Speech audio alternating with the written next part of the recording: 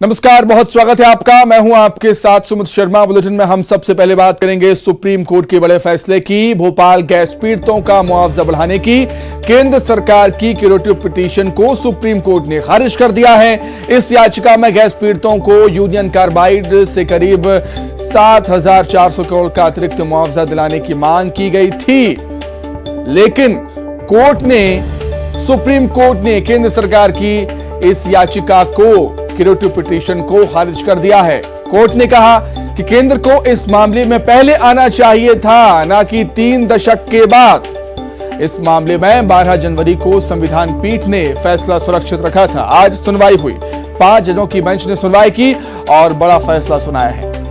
केंद्र की पिटीशन को खारिज कर दिया। यूनियन कार्बाइड के साथ अपने समझौते को फिर से खोलने के लिए केंद्र सरकार ने यह पिटीशन लगाई थी, लेकिन सुप्रीम कोर्ट ने इसे खारिज कर दिया है। एक बड़ा झटका केंद्र को और निराशा गैस पीड़ितों को। अधिक चर्चा करने के लिए सीधे राजधानी दिल्ली का हम रुख करेंगे। सुशील पांडे हमारे साथ जुड़ गए हैं इस समय लाइव दिल्ली से। सुशील, एक बड़ा झटका हम कहेंगे केंद्र सरकार को दिया है सुप्रीम कोर्ट ने, और इस झटके से गैस पीड़ितों को निराशा निश्चित तौर पर।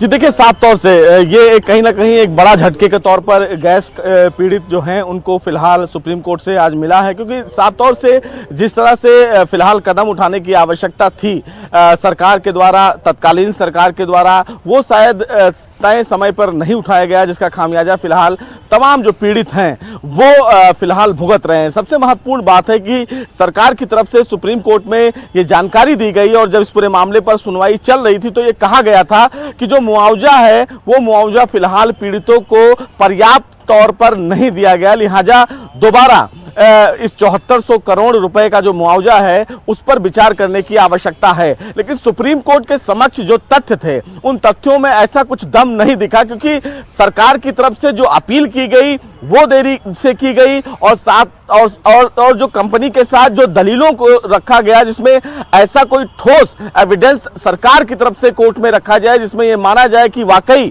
उस समय कंपनी की तरफ से जो करार हुआ था सरकार के बीच में पीड़ितों को मुआवजा देने के लिए, उसमें किसी भी प्रकार की कोई कमी रही हो या कंपनी के द्वारा धोखाधड़ी की गई हो, ऐसा कोई स्ट्रांग एविडेंस फिलहाल सरकार की तरफ से कोर्ट में नहीं रखा गया। और यही वजह फिलहाल सुप्रीम कोर्ट को लगी कि जब कंपनी ने ऑलरेडी करार करके, सरकार से बातचीत करके तमाम पीड़ितों को पर्याप्त मुआवजा दिया, तो सरकार ने उस समय सवाल क्यों नहीं उठाए, और अगर मुआवजा वाकई कम था तो सरकार उस समय अपील में सुप्रीम कोर्ट क्यों नहीं आई। पीड़ितों की तरफ से पुनर्विचार याचिका दाखिल की गई, लेकिन सरकार की तरफ से पुनर्विचार याचिका दाखिल नहीं की गई, और यही सुप्रीम कोर्ट ने भी माना कि जो यूसीसी का जो फिलहाल गठन किया गया था, जिसमें यह कहा गया कि जो मुआवजा दिया गया है वो पर्याप्त है, उस समय भी सरकार ने इस मुआवजे की राशि को लेकर कोई भी बदलाव करने की बात नहीं की गई। तो सरकार ने जो भी दलीलें रखी सुमित, वो सुप्रीम कोर्ट के समक्ष ऐसी कोई स्ट्रांग दलील नहीं लगी जिससे सुप्रीम कोर्ट को ये लगे कि वाकई जो तमाम पीड़ित हैं उनको पर्याप्त मुआवजा जो दिया गया वो बहुत कम है या उसमें बदलाव करने की आवश्यकता है। और ऐसे में कहीं ना कहीं पीड़ितों के लिए एक बड़ा झटका जरूर उनके हाथ लगा।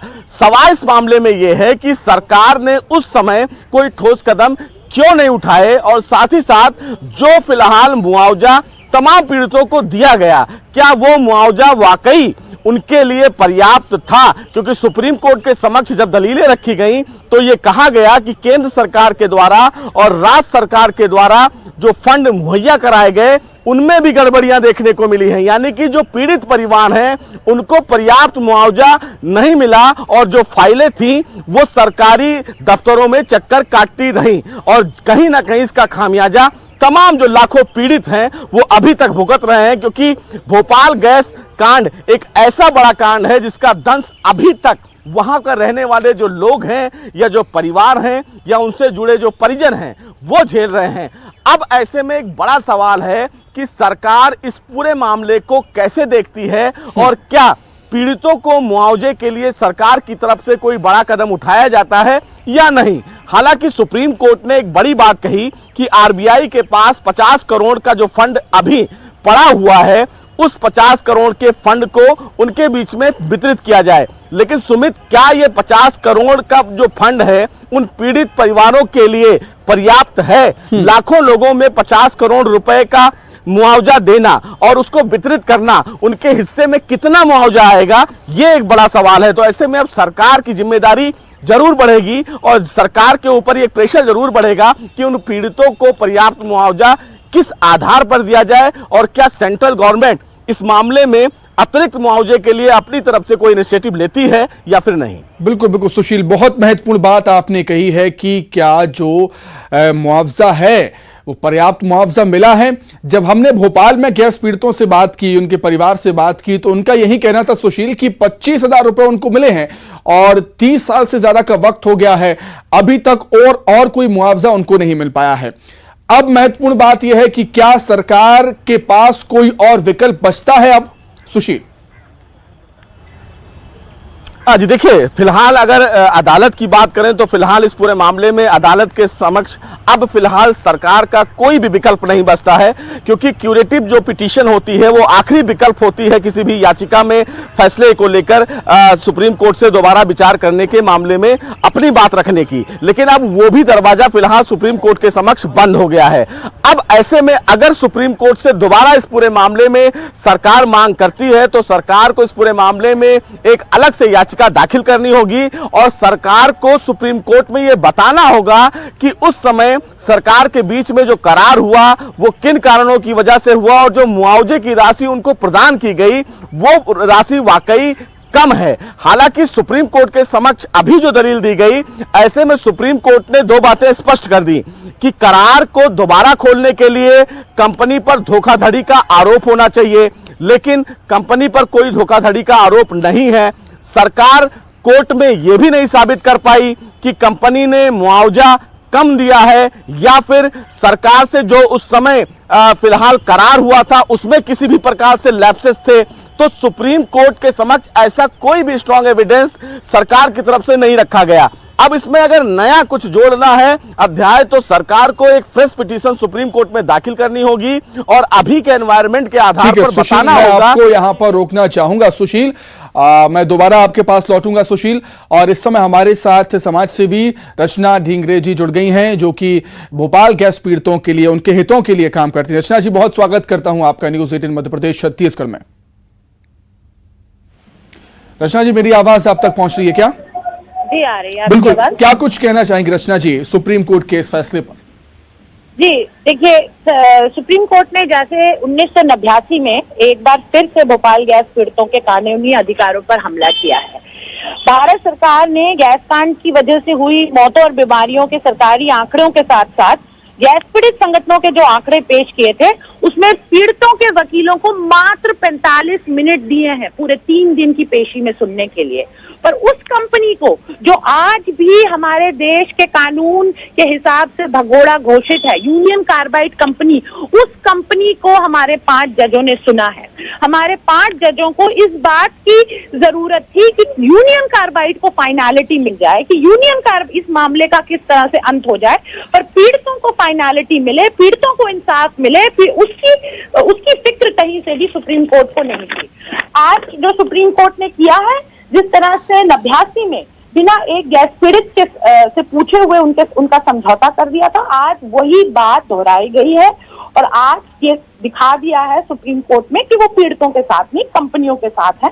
गैस पीड़ितों की लड़ाई इस फैसले के बाद जमीन पर और अदालत में जारी रहेगी जब तक भोपाल में इंसाफ नहीं मिल जाता है, क्योंकि आज जो ये मिसाल है कि यूनियन कार्बाइड जैसी बहुराष्ट्रीय कंपनियां सिर्फ 25,000 रुपया देकर, हजारों लोगों को मारकर, लाखों लोगों को जिंदगी भर के लिए विकलांग करके और उनकी आगे वाली पीढ़ी को दुख देके अपना नाम बदल के इस देश से जा सकती है।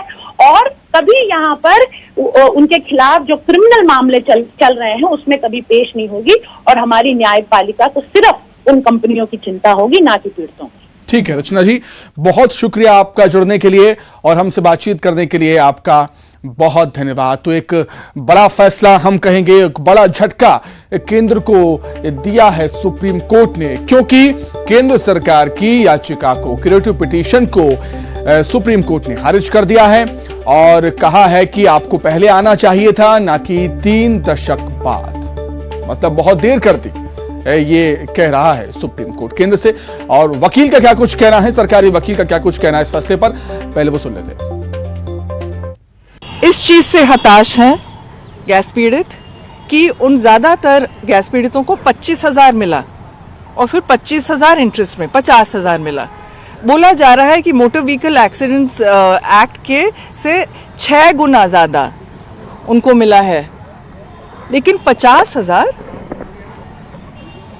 अगर 50,000 को आप पूरे लाइफ टाइम में हर दिन पे डिवाइड करें तो कितना मिलता है? कैसे रहेंगे? हमारा सुप्रीम कोर्ट है, जजमेंट की रिस्पेक्ट करना बहुत ज़रूरी है और जजमेंट को पढ़ेंगे और फिर देखेंगे कोई आगे रास्ता निकलता है कि नहीं। लेकिन सरकार ने कोर्ट में बोला है कि मुआवजा जो दिया गया था वो काफ़ी नहीं था, वो दूर दूर से काफ़ी नहीं था। चलिए आगे बढ़ते हैं। आम आदमी पार्टी आज मध्य प्रदेश